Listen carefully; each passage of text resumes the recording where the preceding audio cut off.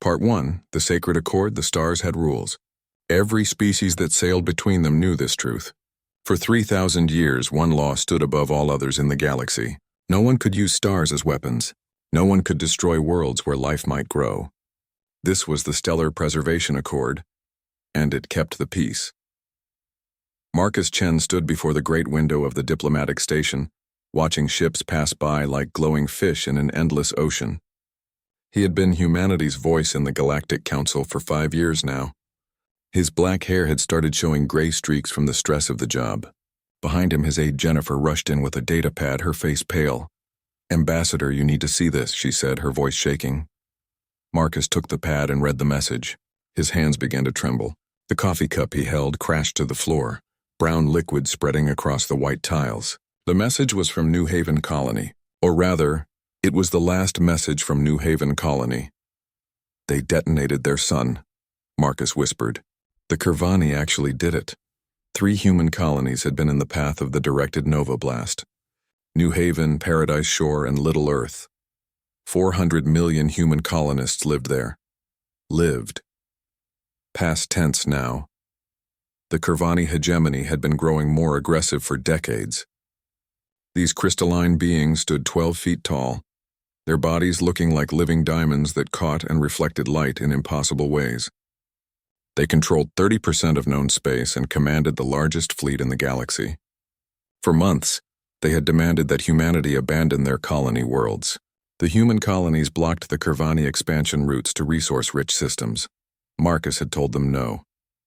The Council had backed humanity's right to those worlds.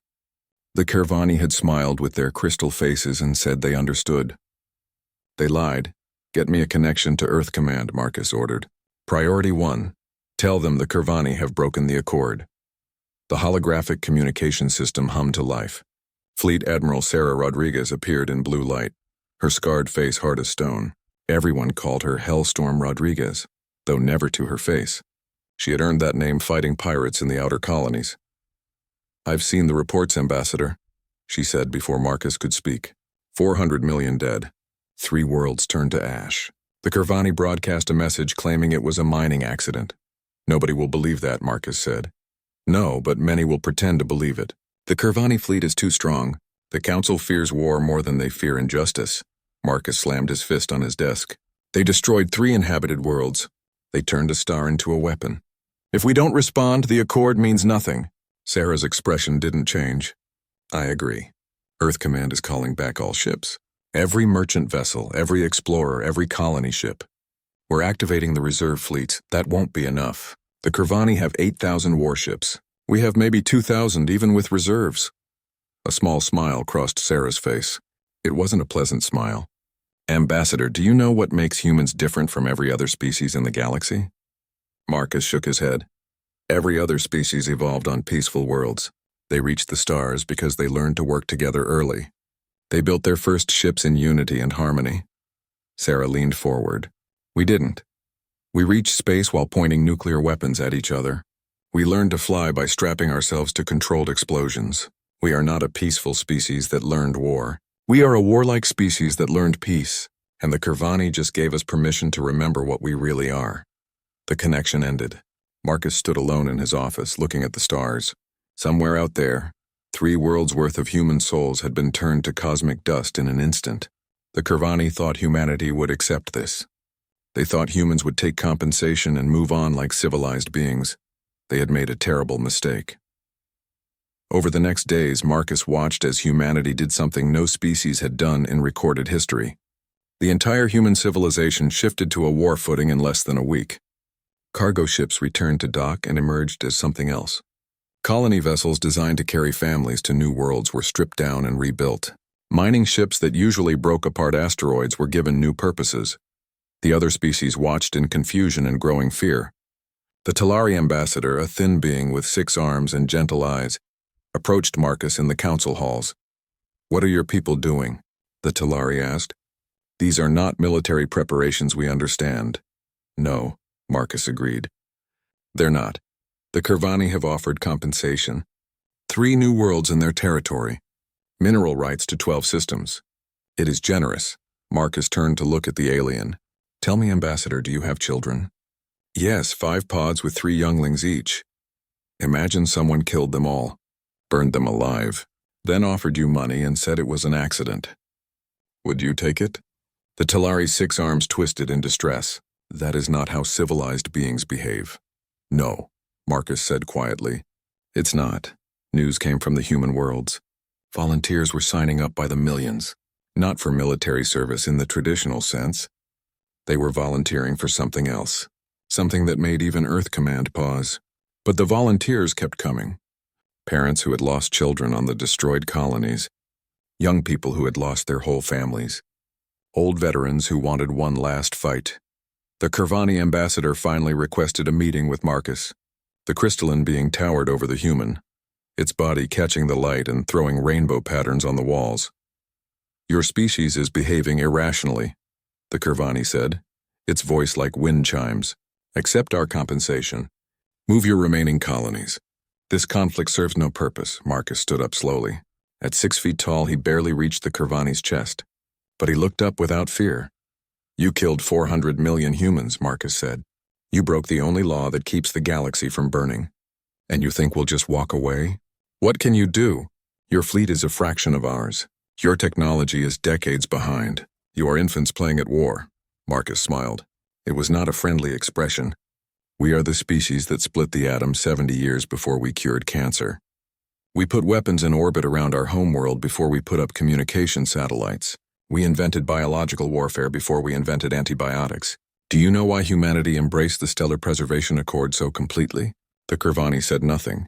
Because we knew that if someone broke it, we would show the galaxy why it existed in the first place. We would remind everyone what war really means. Not the clean, surgical conflicts you're used to.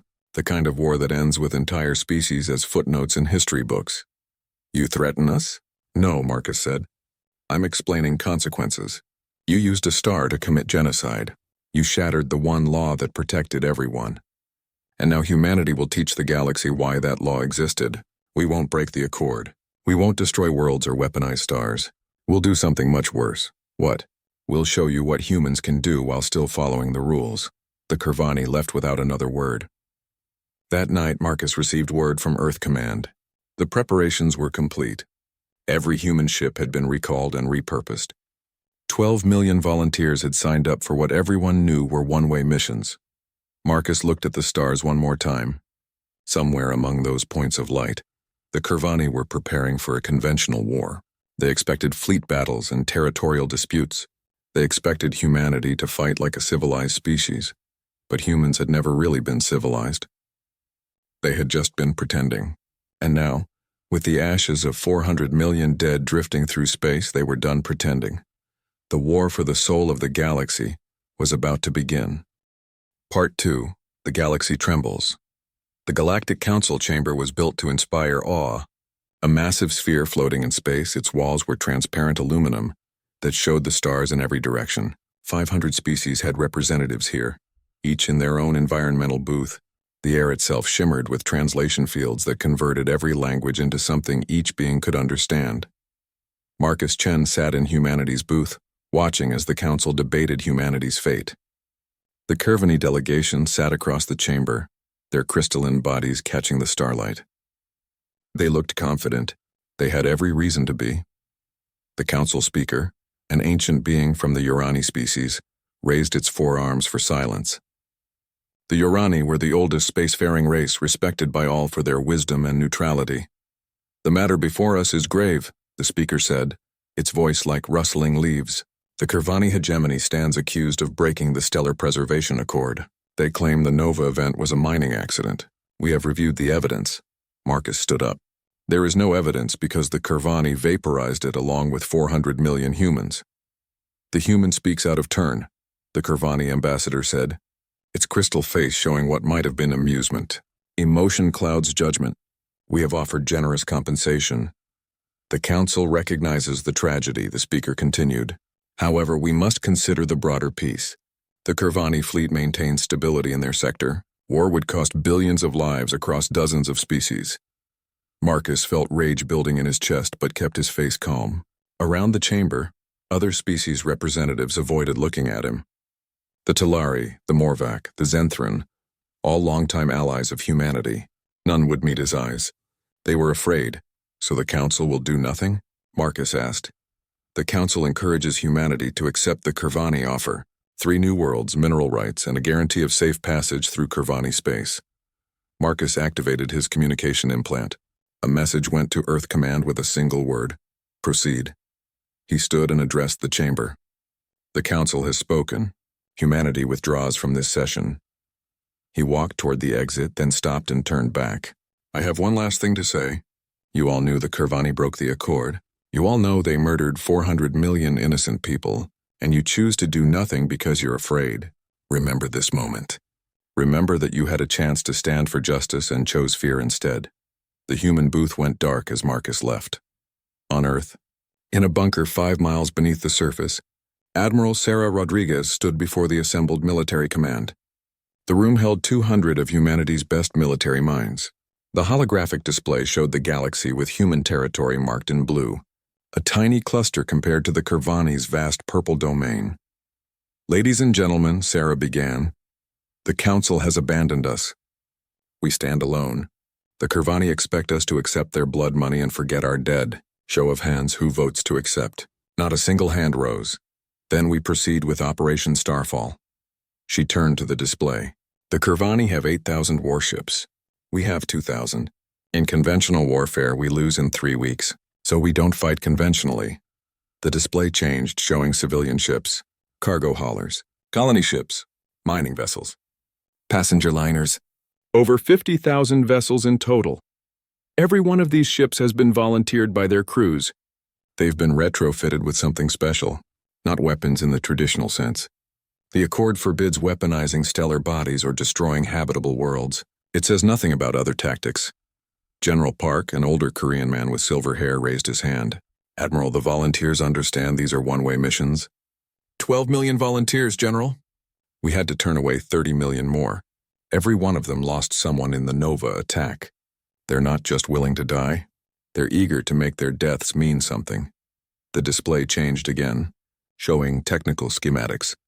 Our mining ships have been collecting asteroids, accelerating them to 70% light speed.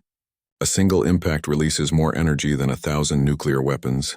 Our colony ships have been filled with radioactive waste and programmed to crash into Kirvani agricultural worlds. Not enough to destroy them, but enough to poison them for centuries.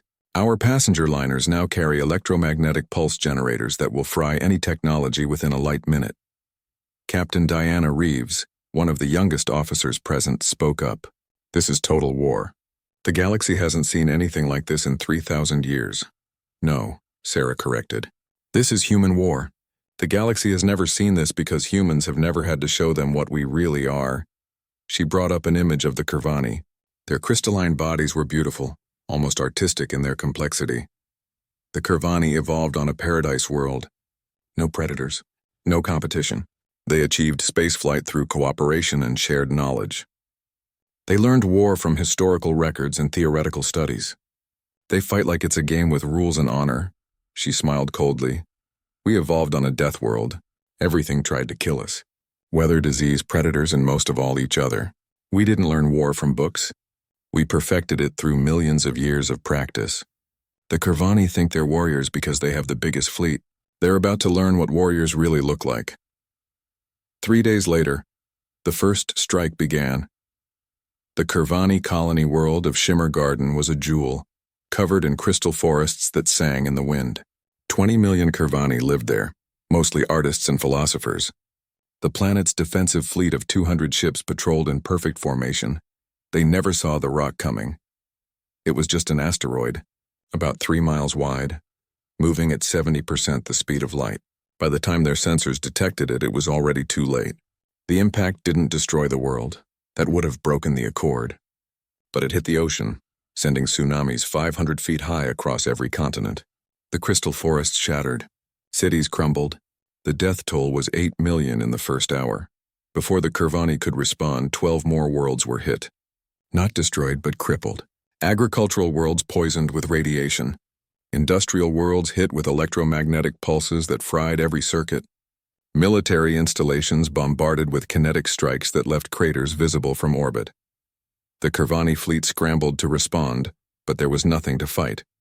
The human ships appeared from hyperspace, delivered their payloads, and self-destructed before they could be stopped.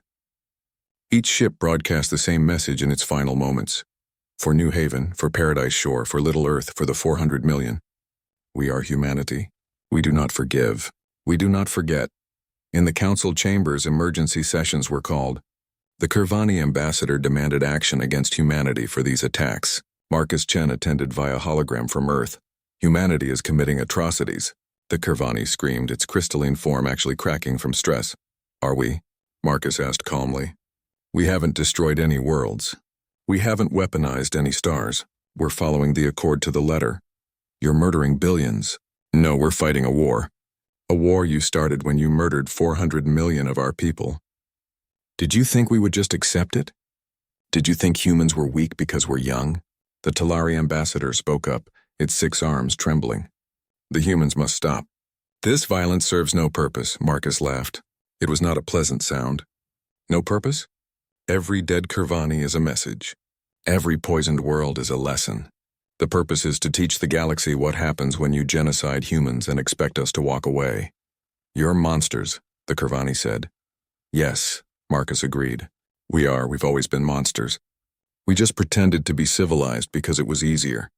You reminded us what we really are. Thank you for that. The transmission ended.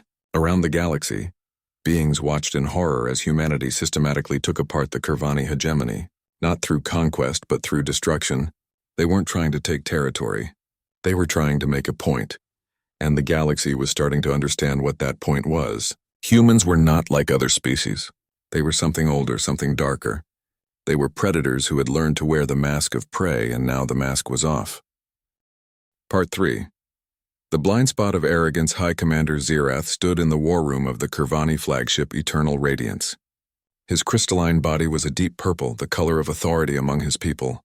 Around him, dozens of tactical officers worked at holographic displays showing the chaos spreading through Kervani space. Another 3 worlds hit in the last cycle, reported his second-in-command, a younger Kervani whose crystal form flickered with stress patterns. The humans are not following any known military doctrine. Xerath studied the displays. In 3 weeks, humanity had crippled 40 Kervani worlds. Not destroyed, never destroyed, but wounded in ways that would take generations to heal. The humans were careful to stay within the technical bounds of the Accord, while violating every unspoken rule of civilized warfare. Where is their fleet? Xerath demanded. Where are their supply lines? Their command structure? We cannot find them, High Commander. Each attack comes from different ships. Civilian vessels we cannot predict. They appear, strike, and self-destruct. There is no pattern. Xerath's form rang with a sound like breaking glass, a sign of frustration among his kind. Impossible. War has structure. War has rules. On the human colony of Mars, a very different meeting was taking place. The room was small, cramped, and smelled of recycled air and coffee. Captain Jennifer Park sat with her volunteer crew of 10,000 souls. They were farmers, teachers, engineers, doctors, ordinary people who had signed up to die. The colony ship Heaven's Dream has been retrofitted, Jennifer told them. We've replaced the living quarters with radiation shielding and packed the cargo bays with something special. She brought up a holographic display showing their target, the Kervani production world of Crystal Forge. It manufactured 80% of their fleet's control crystals. We're not going to destroy it. We're going to do something worse. The Kervani sun in that system is stable, has been for billions of years. Our scientists studied their stellar manipulation technology from the Nova attack. We can't create a Nova that would break the Accord, but we can destabilize the star's magnetic field. A young woman, formerly a kindergarten teacher from New Haven, raised her hand. What will that do? Solar flares. Radiation storms. Not enough to destroy the planets, but enough to make them uninhabitable for the next 1,000 years. The Kervani will have to evacuate 20 billion people. An older man, a farmer who had lost his entire extended family, spoke up. They'll try to stop us, Jennifer nodded. They will. Their defensive fleet has 500 ships. We're one colony ship with no weapons. She smiled. But we have something they don't understand. We have nothing left to lose. The room fell silent. Everyone understood. They were already dead. They had been dead since the moment the Kervani turned their families to ash. Their bodies just hadn't caught up yet. Anyone who wants to leave? Now is the time, Jennifer said. No one moved. 3 days later, the Heaven's Dream dropped out of hyperspace at the edge of the Crystal Forge system. The Kurvani fleet responded immediately, hundreds of warships moving to intercept. High Commander Zerath watched from his flagship as the single human colony ship accelerated toward the star. What are they doing? He wondered aloud. 1 ship against 500? It's suicide. His tactical officer checked the sensors. High Commander, the ship is broadcasting. Put it through. Jennifer Park's face appeared on the display. Behind her, 10,000 humans could be seen, all standing, all silent. I am Captain Jennifer Park of the Heaven's Dream. Every soul on this ship is a volunteer. We are fathers who lost children, mothers who lost babies, children who lost parents. We are the dead of New Haven, Paradise Shore, and Little Earth, given form to deliver a message. Zerath felt something he had never experienced before. It was fear. Jennifer continued. You think war is about fleets and tactics and territory. You think it's a game where the strongest wins. But humans learned long ago that war isn't about strength. It's about will. It's about who's willing to pay the highest price. And we're willing to pay everything. The connection ended. The Heaven's Dream accelerated harder, its engines burning past safety limits. The Kurvani fleet opened fire, energy beams and missiles filling space with death. The human ship's shields flickered and died. Hull plates melted and vaporized. But it kept coming. Concentrate all fire, Zerath ordered. Stop that ship. But the Heaven's Dream had been built to carry 30,000 colonists across the galaxy. It was massive, heavily built, and its crew had removed all safety limitations. Even as it came apart, even as entire sections vented into space, it continued forward. In the ship's command center, Jennifer felt the deck buckle beneath her feet. Half her bridge crew was already dead, but the volunteers in the cargo bays were still singing over the intercom. It was an old Earth song, something about not going gentle into the night.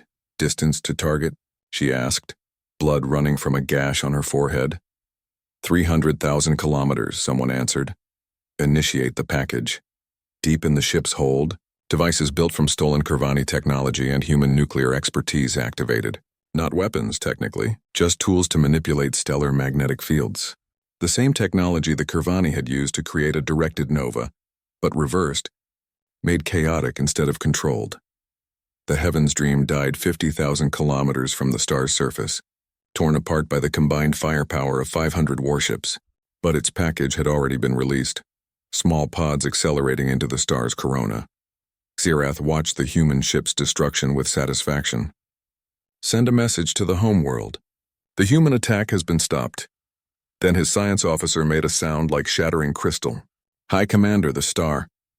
On the display, Crystal Forge's sun began to change. Its surface rippled with magnetic storms. Flares erupted, larger than any in the star's recorded history.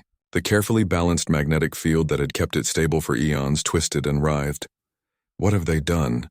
Zerath whispered. The first radiation wave hit the inner planets 20 minutes later. Not enough to kill immediately, but enough to poison. Electronics failed. Kurvani, with their crystalline bodies vulnerable to radiation, began to sicken. The evacuation orders went out immediately. 20 billion Kurvani lived in that system. The evacuation would take years. Many would die before ships could reach them. The production facilities that supplied the Kurvani fleet were gone. Not destroyed, but made useless for generations. Across human space, similar missions launched. The passenger liner Hope's End destabilized 3 stars in the Kurvani core worlds. The cargo hauler Remember New Haven poisoned an entire system's asteroid belt with radioactive cobalt, making mining impossible for centuries. The research vessel Never Forget introduced a computer virus into Kurvani navigation systems that would randomly change 1 digit in jump coordinates, making faster-than-light travel a game of potentially fatal chance. Each ship that died broadcast the names of the dead from New Haven. Paradise Shore and Little Earth, 400 million names, spoken into the void, each one a promise of vengeance. The Kurvani had built their entire military doctrine on the assumption that wars were fought between fleets. Ship against ship, admiral against admiral, in clean battles with clear victories. They had never imagined an enemy that would turn their entire civilization into a weapon. In the council chambers, the Urani speaker called another emergency session. The Kurvani ambassador, His crystalline form, now shot through with stress fractures, demanded the council take action. The humans are not fighting a war, he declared. They are committing slow genocide. They must be stopped. Marcus Chen appeared via hologram, now broadcasting from a bunker on Earth. We are following the accord perfectly. No worlds destroyed, no stars weaponized for destruction. We're simply making your territory uninhabitable through perfectly legal means. This is madness. No, Marcus corrected. This is humanity. You thought we were like you, just younger and weaker. But we're not like you at all. You evolved in paradise and learned war as a concept. We evolved in hell and lived war as reality. You have tactics. We have hatred. You have fleets. We have mothers who will fly into stars to avenge their children. The Telari ambassador spoke carefully. Surely there can be peace. The Kurvani have learned their lesson. Marcus laughed bitterly. Have they? Have they offered to resurrect our 400 million dead? Have they offered to restore our 3 destroyed worlds? No. Then the lesson continues. How many more must die? The Urani speaker asked. All of them, if necessary. Marcus replied. We will make the Kurvani Empire a wasteland of poisoned worlds and dying stars. We will make their very name a warning to any who would break the accord, and we will do it all without violating a single law to prove a point. What point? The Kurvani demanded. That humans don't need to break the rules to break you. We just need to want you broken badly enough. The transmission ended. Around the galaxy, civilizations that had existed for millennia watched in horror as humanity demonstrated why some species should never be pushed to their limits. The Kurvani had shattered the only law of the stars. Now they were learning why that law had existed in the first place. Part 4. The Price of Blood. The Kurvani homeworld of Prismatic Prime had stood untouched for 50,000 years. Its crystal spires reached into the sky like frozen lightning, catching starlight and breaking it into infinite rainbows. 20 billion Kurvani lived here, the oldest and most revered of their kind. They had thought themselves safe, protected by 3 defensive fleets and the most advanced shield systems in the galaxy. They were wrong. High Commander Zerath stood in the emergency council chamber, his crystalline form now dull and cracked from stress. Around him, the leadership of the Kurvani hegemony argued in tones that sounded like breaking glass. 70 worlds crippled, the Minister of Colonies reported. 40 billion evacuees. Our agricultural production down by 60%. Industrial capacity failing. The humans are not conquering us. They are erasing us. And where are our allies? Demanded the Minister of Defense. The Morvac promised support. The Zenthran said they would intervene. They are terrified, Zerath replied. The humans have shown the galaxy something they never imagined. War without rules. War without mercy. War without end. A communication crystal chimed. A new message from humanity. Zerath almost didn't want to open it. Each message brought news of fresh horror. But he touched the crystal, and Admiral Sarah Rodriguez appeared in holographic form. High Commander Zerath, she said. Her scarred face showed no emotion. I am calling to inform you of our next operation. In 72 hours, 1,000 human vessels will enter your home system. Our defenses will destroy them, Zerath said, but his voice carried no conviction. Sarah smiled. It was a terrible expression. Yes, you will. Every single ship will die, but before they do, they will deploy what we call the Garden of Memory. She held up a small device no bigger than a human fist. 1 billion of these. Each one contains a beacon that will broadcast the names of our dead on all frequencies. Each one is wrapped in radioactive cobalt that will take 5,000 years to decay. They will spread throughout your system like seeds. Your homeworld will not be destroyed, but you will never be able to silence the voices of our dead. For 5,000 years, every Kurvani born on Prismatic Prime will hear the names of those you murdered. The transmission ended. Zerath stood in silence. Around him, his advisors had stopped arguing. There was nothing left to say. On the converted mining vessel Vengeance of Paradise, Captain David Kim prepared his crew for their final mission. The ship had once carved asteroids for precious metals. Now it carried something far more precious, the preserved DNA of 50,000 children from the destroyed colonies. We're not going home, David told his crew of 300 volunteers. But neither are the Kurvani ships that try to stop us. His target was not a world but a shipyard, the largest in Kurvani space. It could build 50 warships simultaneously. David's plan was simple. Ram the station at relativistic speed while broadcasting the genetic sequences of the dead children. The station would be destroyed, but more importantly, the Kurvani would know exactly who they had killed. Names and faces to go with their genocide. Captain, his navigation officer called out. Kurvani fleet moving to intercept. 200 ships, David nodded. All volunteers to escape pods. Sir? I'm finishing this alone. No one else needs to die today. His bridge crew looked at each other. None of them moved toward the escape pods. I said, abandon ship, David repeated. His weapons officer, a grandmother who had lost 17 grandchildren, shook her head. With respect, Captain, go to hell. We came here to die. Let us die with purpose. David felt tears in his eyes. Very well. All ahead full. Let's show them how humans die. The vengeance of paradise accelerated beyond all safety margins. Its hull glowed white-hot from friction with cosmic dust. The Kurvani fleet opened fire from maximum range, but the mining vessel's reinforced hull, designed to withstand asteroid impacts, held longer than they expected. Broadcasting the names, the communication officer announced. All of them, every child who died. 50,000 names filled every communication channel.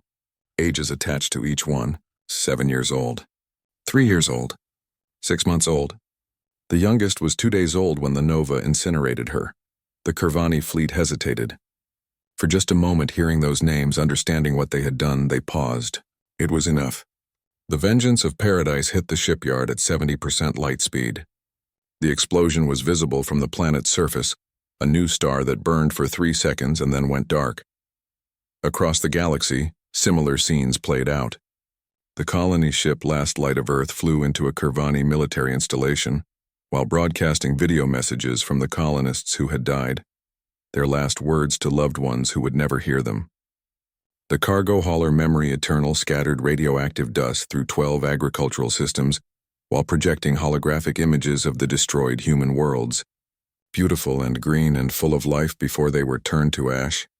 Each attack cost human lives. Thousands of volunteers died in their ships, torn apart by Kurvani weapons or incinerated in their final strikes.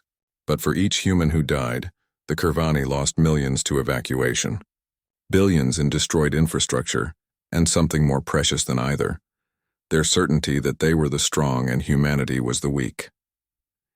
In the council chambers, emergency sessions had become daily events. The other species watched humanity's systematic destruction of the Kurvani with a mixture of horror and awe. The Talari ambassador approached Marcus Chen after one session. Please, the Talari begged, all 6 arms spread in supplication. This must stop. The galaxy cannot watch this anymore. Then you should have acted when the Kurvani broke the accord, Marcus replied. You had a chance to stand for justice. You chose cowardice. Now you get to watch the consequences. You are becoming monsters. Marcus turned to look at the alien. His eyes were cold and empty. We were always monsters. We just hid it well. The Kurvani reminded us what we are. Every species in this galaxy should thank them for the lesson. The war had been raging for 6 months when the Kurvani finally broke. High Commander Zerath sent a priority message to Earth, bypassing all diplomatic channels. Sarah Rodriguez received it in her command bunker. We surrender, Zerath said simply. His crystalline form was so damaged it was hard to make out his features. Unconditionally, completely, we surrender. Do you? Sarah asked. What about our dead? Do they accept your surrender? What do you want? Territory? Resources? We will give anything.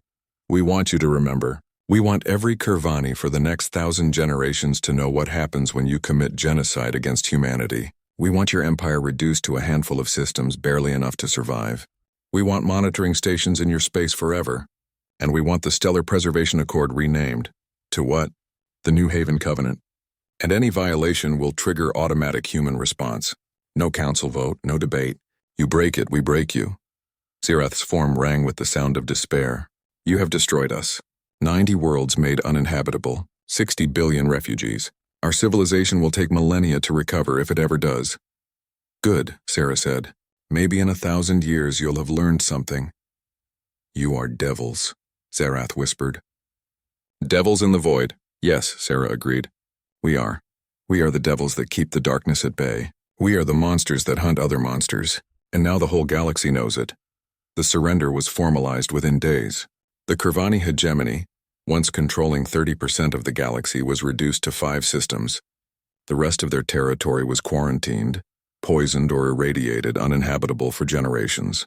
The Council voted unanimously to rename the Accord, too frightened to oppose humanity's demand. The final casualty count was staggering. 400 million human civilians killed in the initial Nova attack, 3.2 million human volunteers dead in the revenge attacks. On the Kirvani side, 8 billion dead from radiation, starvation, or failed evacuations. 90 worlds rendered uninhabitable. An empire that had stood for 10,000 years reduced to ruins in 6 months. Captain Jennifer Park was among the last to die, her ship Memory's Edge making a final run at a Kirvani fuel depot. Her last transmission became famous across human space. To those who come after, remember this: we are humanity. We are the species that turned splitting atoms into weapons before we turned them into power. We are the ones who reached the stars on pillars of fire. We discovered antibiotics by accident while trying to kill each other more efficiently. We are not the good guys. We are not the heroes. We are the species you don't want to anger. We are the reminder that some prices are paid in blood. For New Haven, for Paradise Shore, for Little Earth, for the 400 million. We do not forgive. We do not forget. We are humanity, and this is what we do to those who harm our children. Her ship hit the depot at 80% light speed. The explosion cracked the moon it was built on in half. The war was over. But the lesson had just begun. Across the galaxy, species that had existed since before humans discovered fire now looked at the small blue world and its colonies with new eyes, not as young newcomers to be patronized or ignored, but as the apex predators they truly were. The humans had shown the galaxy something it had forgotten in its millennia of civilized warfare. They had shown them what total war looked like. Part 5, The New Law. The council chambers had been rebuilt for this moment. Instead of the usual transparent walls showing the stars, they were now solid, decorated with the names of every soul lost to the breaking of the Accord. 400 million human names covered one section. 8 billion Kirvani names covered another. The memorial served as a reminder of what happened when the law was broken. Marcus Chen walked into the chamber for the last time as humanity's war ambassador. His hair had gone completely white in the past 18 months. He looked 20 years older than when the war began. Behind him walked Admiral Sarah Rodriguez, Captain David Kim's widow Maria, and 3 children who had been orphaned by the Nova attack. The Kirvani delegation was already present. Only 5 of them, where once there had been 50. High Commander Zerath was among them, his crystalline form so damaged it looked like cracked glass held together by will alone. They did not look at the humans. They had not looked at anyone since the surrender. The Urani speaker called the session to order. Its ancient voice carried across the chamber, reaching the representatives of 500 species who had come to witness this moment. We gather to formalize the end of the human-Kirvani conflict and to establish new law from the ashes of the old, the speaker said. The Stellar Preservation Accord has failed. It failed because we believed civilization alone would prevent its breaking. We were wrong. Marcus stood and approached the central platform. Every eye in the chamber followed him. When he spoke, his voice was calm, almost gentle. It was somehow more frightening than anger would have been. 18 months ago, the Kirvani destroyed 3 human worlds and murdered 400 million innocents. They did this because they believed they were strong and we were weak. They believed the Council would do nothing. They were right about the Council. They were wrong about humanity. He paused, looking around the chamber. We have shown you what humans are capable of. We turned civilian ships into weapons. We poisoned worlds without destroying them. We made 90 systems uninhabitable while technically following the Accord. We did this to make a point. The point is this: humans do not need to break the laws to break you. We just need sufficient motivation. The Talari ambassadors shifted uncomfortably. The Morvac delegation whispered among themselves. Even the ancient Urani seemed disturbed. Marcus continued. But we don't want to be the galaxy's monsters. We don't want to be the species everyone fears. We came to the stars hoping to find friends, allies, maybe even family among the void. Instead, we found that we had to become the very thing we tried to leave behind on Earth. We had to become death itself. He turned to the Kirvani delegation. You forced us to remember what we are. For that, we will never forgive you, but perhaps something good can come from this horror. A document appeared on every representative's display. The New Haven Covenant. This is the new law, Marcus said. Like the old accord, it forbids the weaponization of stellar bodies and the destruction of inhabited worlds. But it adds something new. Any violation will trigger automatic human response. Not a council vote. Not a debate. Not a political decision. The moment any species breaks this law, humanity's entire civilization will mobilize to destroy the violator. The Zenthran ambassador, a creature that looked like a pillar of blue flame, spoke up. You would make yourselves the galaxy's police? No, Sarah Rodriguez answered, stepping forward. We would make ourselves the galaxy's consequence. We don't want to rule. We don't want to control. We want to explore, trade, learn, and grow. But if someone breaks the law, if someone commits genocide, we will end them. Not their worlds, not their people, but their ability to ever threaten anyone again. And if humanity breaks the law? The Kurvani High Commander asked, speaking for the first time. Marcus smiled sadly. Then you have our permission to do to us what we did to you. We will even provide you with the methods, because the law must apply to everyone or it means nothing. The vote was called. One by one, each species cast their decision. The Talari voted yes, their 6 arms trembling. The Morvac voted yes, their hive mind consensus achieved in seconds. The Zenthran, the Urani, the 100 major species and 400 minor ones, all voted yes, only the Kurvani abstained. They had no vote anymore. They had lost that right along with 90% of their territory. The New Haven Covenant is adopted, the speaker announced. May it never need to be enforced. After the ceremony, Marcus found himself on the observation deck with the 3 orphaned children he had brought. They were looking at the stars, those points of light that had once seemed so full of promise. Will we ever be able to explore out there without being feared? The oldest child, a girl of 12, asked. Marcus put his hand on her shoulder. I hope so. But fear isn't always bad. Sometimes it keeps people from doing terrible things. We're monsters now, aren't we? The youngest boy said. He was only 7. No, Marcus said firmly. We're humans. We have the capacity for great evil, yes, but also for great good. We chose to become monsters to avenge your families. Now we choose to be guardians to prevent it from happening again. But everyone is scared of us. Good. Let them be scared. Let them remember what happens when someone hurts human children. Let them look at their own young and think, if I harm another species' offspring, the humans will come. Let our monstrosity serve a purpose. The middle child, a boy of 10, asked the question Marcus had been dreading. Was it worth it? All the people who died to avenge our families? Marcus was quiet for a long moment. 3 million volunteers gave their lives to ensure this never happens again.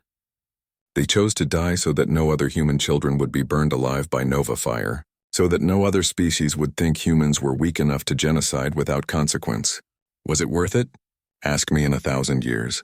If the covenant holds if no one else breaks it because they fear what we'll do, then yes, it was worth it.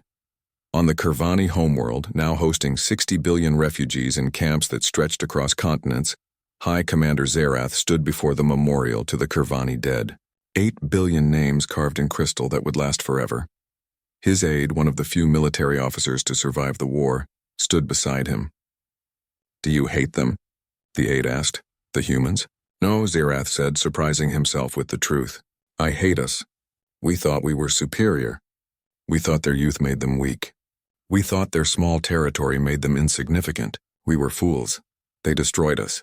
No, we destroyed ourselves the moment we fired that nova. We broke the one law that protected everyone, including us.